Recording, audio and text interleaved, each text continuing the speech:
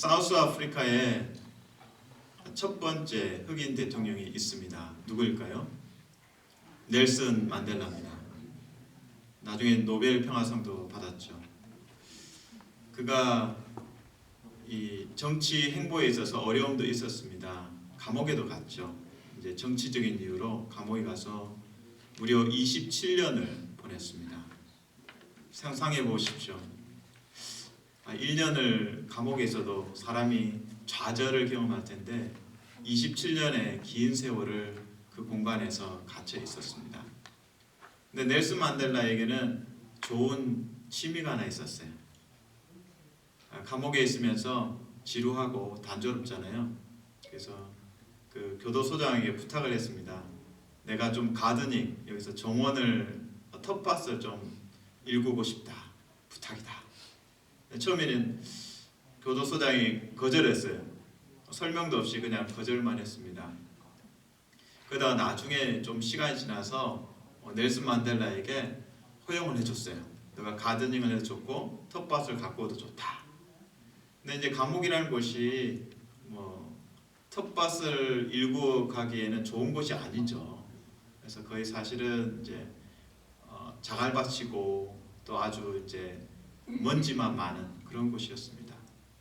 그래서 넬슨 만델라가 이제 땅을 파고 그리고 돌을 계속 이제 작은 돌멩이들을 치우고 이런 작업들을 했습니다. 그래서 동료들이 그런 말을 했어요. 너는 정원사가 아니라 너는 그 광부다, 광부. 돌을 캐는 광부다라는 이제 표현을 썼습니다. 넬슨 만델라가 그래도 실망하지 않고 열심히 돌을 뽑아내고 그러면서 그곳에서 이제 좋은 이제 밭으로 텃밭으로 준비가 되었습니다. 이제 교도소에서 토마토하고 그리고 어니언, 양파 이런 이제 씨를 주어서 또 그곳에 잘 텃밭을 갈구었습니다. 그래서 추수 때가 되죠. 그 추수된 건 누구에게 줬겠어요? 예, 간수들한테도 제공하고 그리고 또 양이 많아서 이제 일요일 날 이때 특식으로 할 때 이 야채를 가지고 요리를 해서 먹었습니다. 감옥에 있으면서 자신의 삶에 그 자유가 박탈당함, 좌절할 수 있고 실망하고 낙심할 수 있죠. 그러나 가드닝을 하면서 텃밭을 키우면서 이 넬슨 만델라는 희망을 보았습니다. 삶의 의미들을 찾았고 희망을 발견했습니다. 저는 우리 삶에 좀 적용하면 좋겠습니다. 여러분의 삶에도 때로 갑갑한 현실이 있어요. 그러나 우리 삶의 마음의 정원을 가꾸시면 그 마음의 정원에서 하나님의 생명의 씨앗이 자라고 그리고 그곳에서 성장하는 기쁨들을 자라는 것을 지켜보는 기쁨이 있습니다. 그리고 하나님 안에서 우리 안에 그 성령의 열매들이 맺히는 것들을 보게 될 줄로 믿습니다. 아멘. 그래서 우리 마음을 잘 가드닝 하실 때 가꾸실 때 잡초도 뽑고 돌멩이도 빼고 의롭지 않은 마음들, 불평하는 마음들, 용서하지 않는 마음들 그런 모든 돌멩이들, 잡초들을 제거하고 그리고 생명의 말씀을 날마다 심어서 하나님의 의의 나무로 성장하는 성도님 되시기를 축원합니다. 아멘.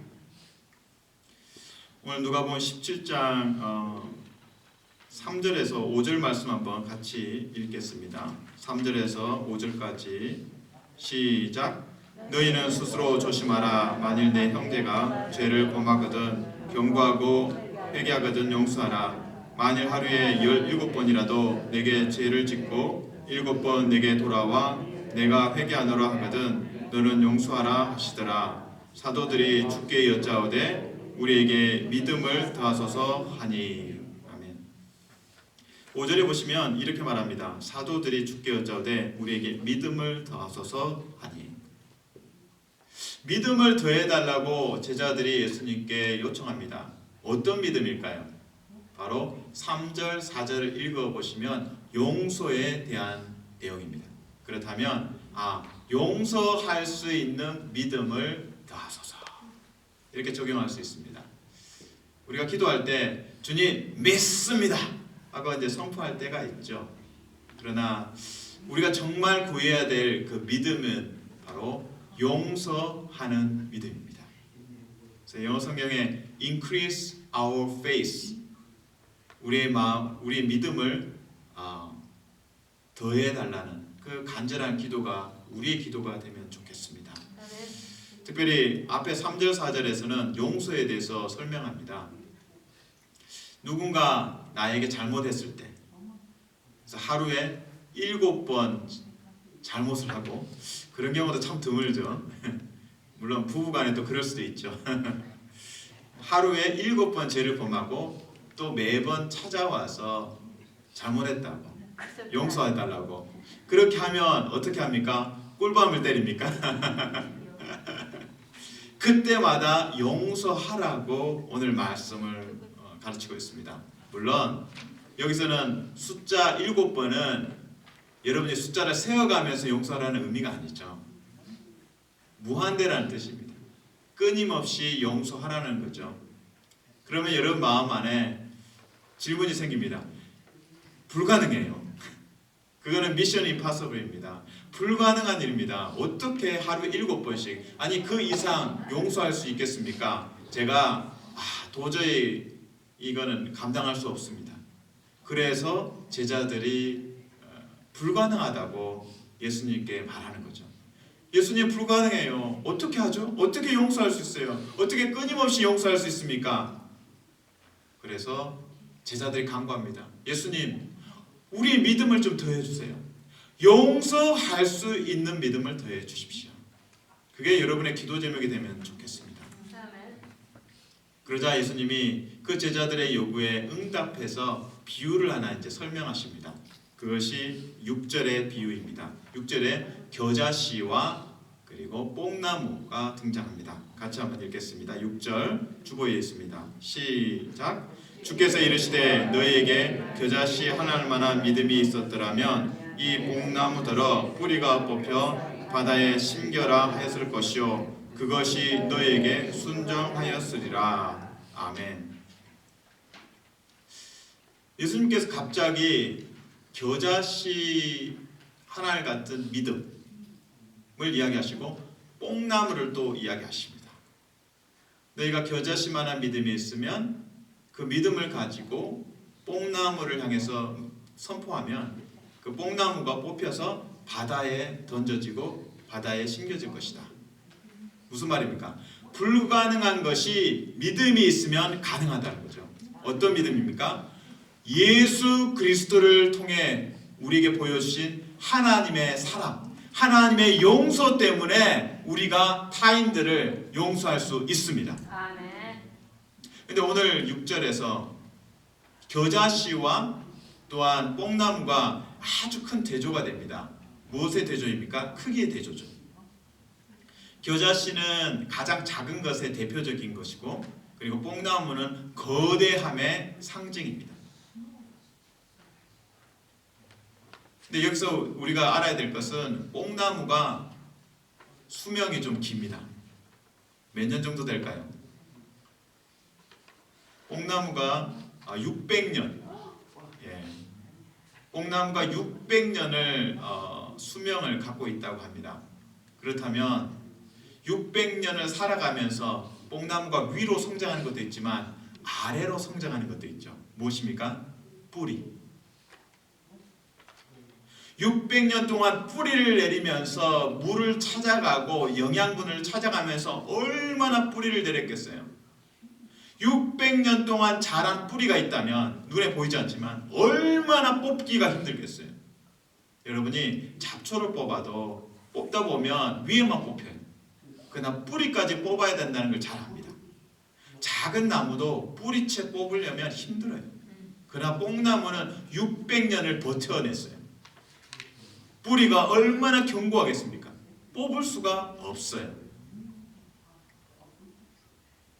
근데 우리에게 적용해 보면 우리 마음의 증오심이 오래 갑니다. 뽕나무같이 자라요. 뽕나무가 몇 그루나 자라고 있는지 한번 마음속에 한번 생각해 보시면 좋겠습니다. 남편 때문에, 배우자 때문에 생긴 뽕나무가 몇 그루가 있을 거고, 자식 때문에 생긴 뽕나무가 또 이렇게 있을 거고, 뭐 뽕나무 농장도 아니고 거대한 뽕나무들이 뭐 짧은 거는 1년짜리도 있겠고 뭐 10년, 또 어릴 때부터 해서 한 수십 년을 키워온 뽕나무가 있을 겁니다. 뽑히지가 않아요. 뽑히지가 않아요.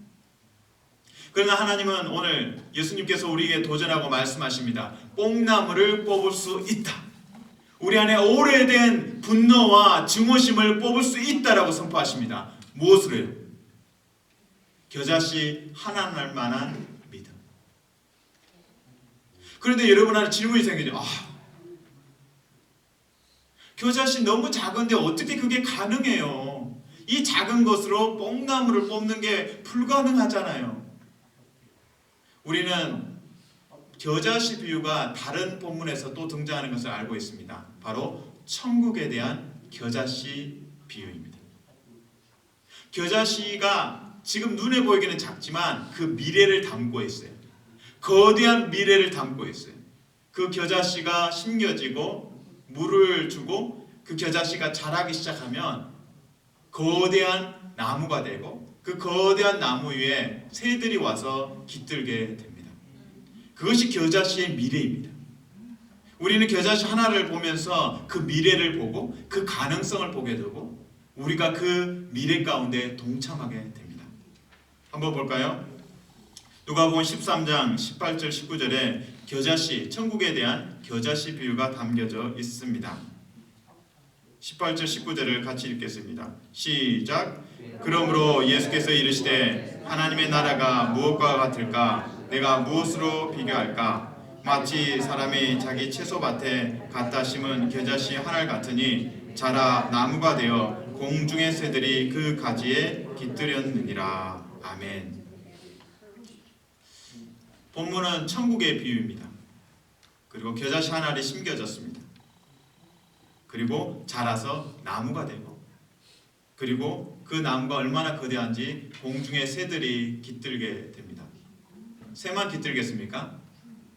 더위에 지친 또 다른 짐승들도 와서 그 그늘에서 쉬었을 것입니다. 우리는 겨자씨를 보면서 이 겨자씨가 엄청난 미래를 담고 있고 확장성을 갖고 있고 생명력을 갖고 있는 것을 보지 못할 때가 있습니다. 그러나 예수님은 말씀하십니다. 우리 안에 있는 그 믿음이 확장할 것이고 생명력이 있을 것이고 그리고 사람들을 품을 수 있다고 말씀하고 계십니다.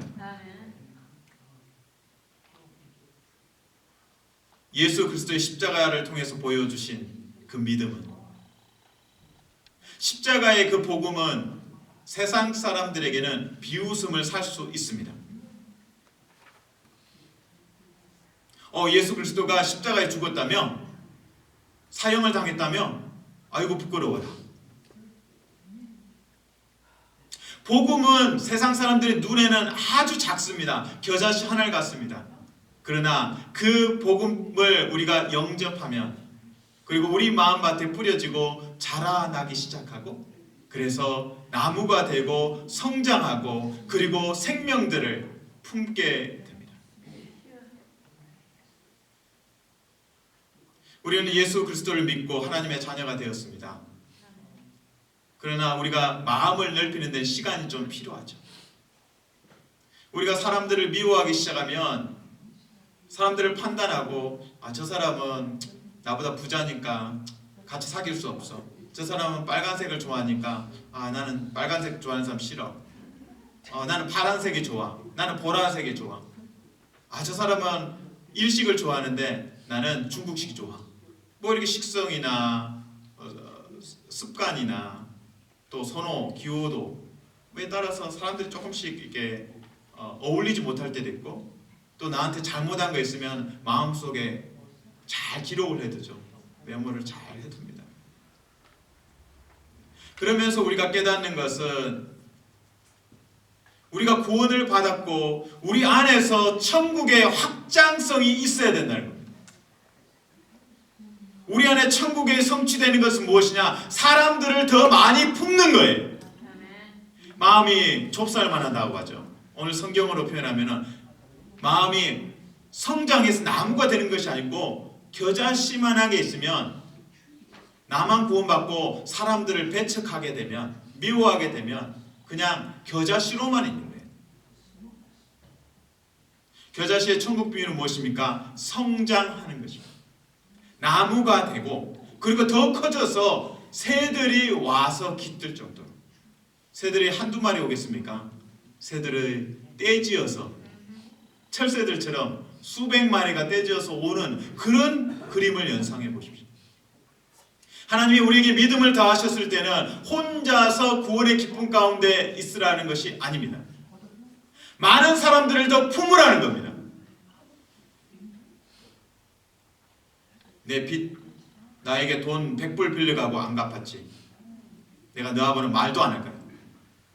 그렇게 미움을 하면 그 사람을 내가 품지 않는 거예요.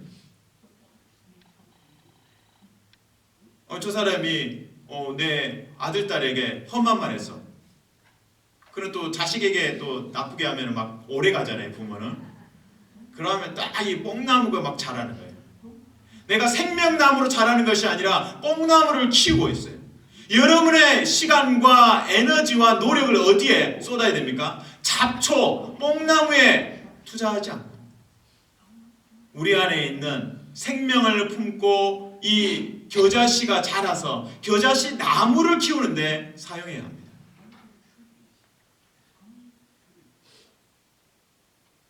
나에게 잘못한 사람들 사실 기억이 많이 남죠.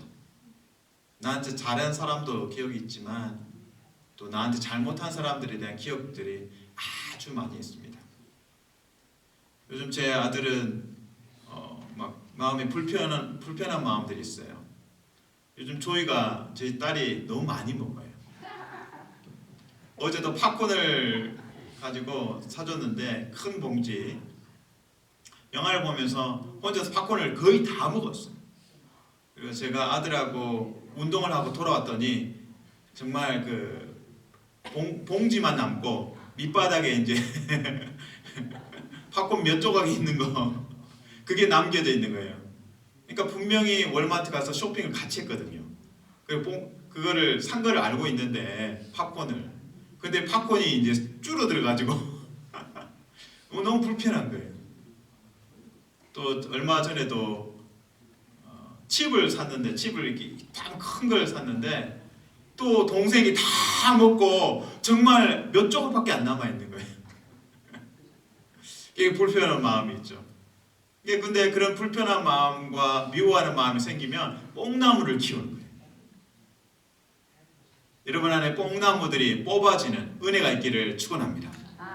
그래서 뽕나무를 빼내고 예수 그리스도의 십자가 사랑, 예수 그리스도의 십자가의 용서하심 때문에 내가 용서를 받았구나. 아멘. 내가 허다한 죄가 있는데 다 용서받았구나.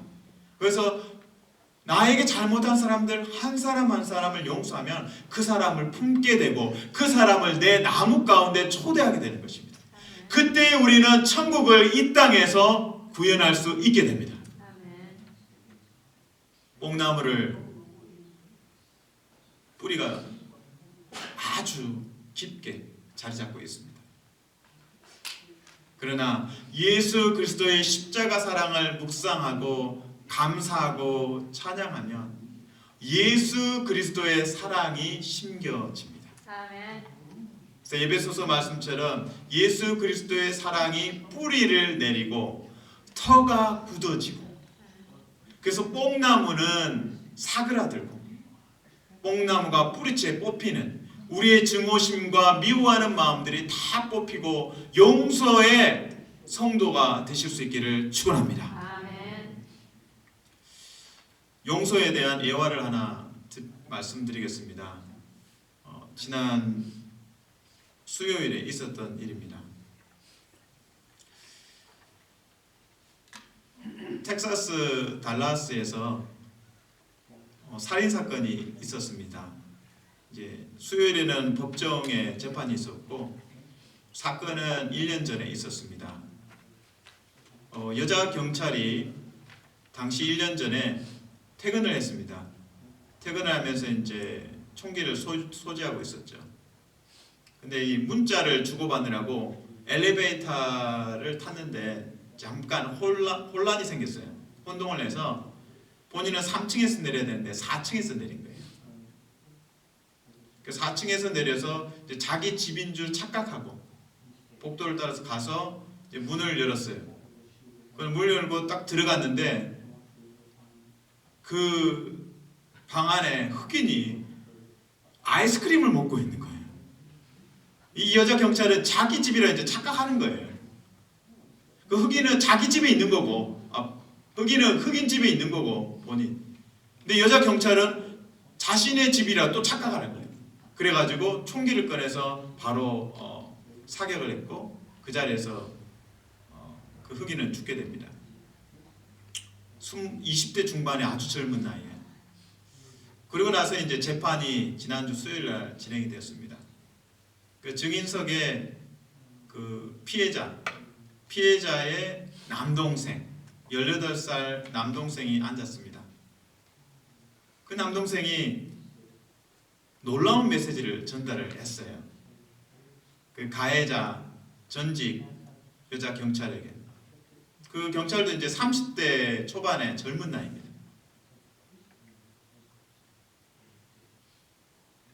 원래 이 살인죄가 99년 정도의 징역살이에요. 예상이. 최고로는 99년까지 나올 수 있는데 그날 판결은 10년이었습니다. 이제 이 피해자의 남동생이 이런 말을 하게 됩니다. 저 판사님, 가능하다면 제가 저 가해자인 경찰분을 제가 포옹해도 되겠습니까? 그렇게 허락해 주시면 감사하겠습니다. Please, please. 그래서 그 판사분이 허락을 해줬어요. 그래서 두 사람이 허그를 했습니다. 포옹을 했고 그 동생의 그 가해자에게 했던 말이 참 감동이 됩니다. 용서의 메시지입니다. 나는 당신을 용서합니다. 당신이 감옥에서 죽을 때까지 인생이 낭비되는 것을 원치 않습니다. 아니, 더 정확하게 말하면 당신이 감옥에 가지 않았으면 좋겠습니다. 당신을 용서합니다. 그리고 당신이 예수 그리스도를 믿으면 좋겠습니다. 그것이 죽은 형이 천국에서도 바라는 것인 줄 믿습니다. 당신을 용서합니다. 예수 그리스도를 믿으십시오. 하나님께 당신의 삶을 드리십시오. 가해자는 눈물을 왈칵 쏟아냈습니다. 그리고 그 자리에 있던 배심원들도 눈물을 쏟았습니다. 그 판사도 또 은혜를 입었어요. 판사도 이제 크리스찬인데 자신이 매일 다니고 있던 가지고 다니는 그 성경책을 그 가해자에게 줬어요. 이거는 제가 들고 다니는 성경책인데 당신에게 믿음이 있으면 좋겠고 이 말씀을 읽으면서 삶을 다시 갖고 갔으면 좋겠다고. 그러면서 또 판사도 그 가해자를 포옹해 줬습니다. 사실 우리 인생은 논리로 설명되지 않는 것들이 참 많이 있습니다. 길을 가다가 넘어지기도 하고 또 우리 삶에 그냥 평온하게 살다가 갑자기 예기치 않는 예상치 못하던 일들이 일어나요. 그리고 나는 한 대 맞았는데 상대방이 I'm sorry. 나는 같이 반격하지도 못하고 용서를 해야 된다는 게 납득이 되지 않을 때가 있어요. 근데 우리가 믿음이 안에 있으나 믿음 밖에 있으나 용서는 항상 가치 있는 일로 설명되고 강조가 됩니다. 이거는 논리로는 설명이 안 돼요. 내가 손해본 게 있는데 그 형을 잃은 동생에게는 형을 다시 만나지는 못하죠. 천국에 가야 만날 수 있습니다. 그 가족들에게는 엄청난 피해입니다. 그러나 또 용서를 함으로써 우리는 천국을 만들어 가는 것입니다. 미움의 뽕나무를 키워가면서 그것이 증오심이 우리 마음에 깊이 깊게 뿌리내는 것을 우리는 원하지 않습니다. 오직 예수 그리스도의 십자가의 사랑만이 여러분 안에 깊게 뿌리내리고 터가 굳어지고, 그래서 여러분들이 생명나무로 자라며 많은 영혼들을, 나에게 손해 주었고 나를 아프게 했던 사람들을 다 영접하고 환영하고, 그러면 그 자리가 또 여러분의 인생이 천국이 될 줄로 믿습니다. 아멘. 말씀을 맺겠습니다. 오늘 본문의 말씀은 용서에 대한 메시지입니다. 겨자씨만한 믿음, 바로 예수 그리스도의 십자가 사랑, 용서를 믿는 믿음. 그 믿음으로 우리는 600년 된 뽕나무도 뿌리채 뽑을 수가 있습니다. 그 식물 중에서 제일 빠르게 자라는 식물이 있습니다. 무엇입니까? 잡초가 잡초보다 더 빠르게 자라는 식물이 있습니다. 나무, 대나무죠. 대나무가 얼마나 빨리 클까요? 대나무는 하루에도 눈에 띄게 성장합니다. 물론 대나무에도 품종이 여러 가지죠. 근데 가장 빠르게 자라는 대나무가 있어요. 그 대나무는 24시간, 하루 만에 9피트, 24시간에 9피트를 자랍니다. 엄청나죠. 그 성장의 비밀은 무엇입니까? 속이 비어 있어요. 근데 비어 있기 때문에 더 견고합니다. 그리고 성장하면서 마디를 만들어가요. 마디를 만들면서 이 대나무가 하루 24시간 만에 9피트를 성장하는 엄청난 성장이 있습니다.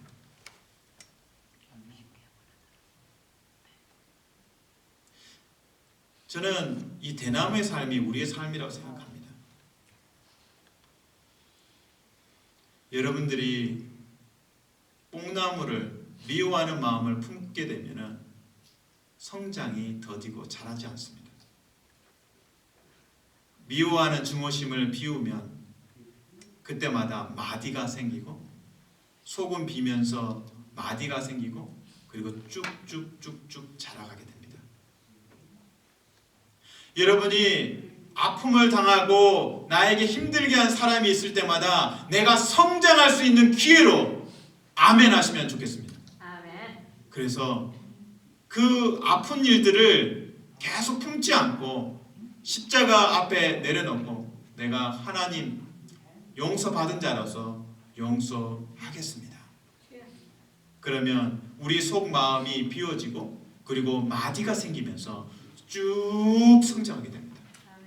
그래서 그렇게 급속하게 성장해서 더 많은 사람을 품을 수 있게 됩니다. 때로는 우리 삶에 한 사람만 품고 사는 사람도 있어요.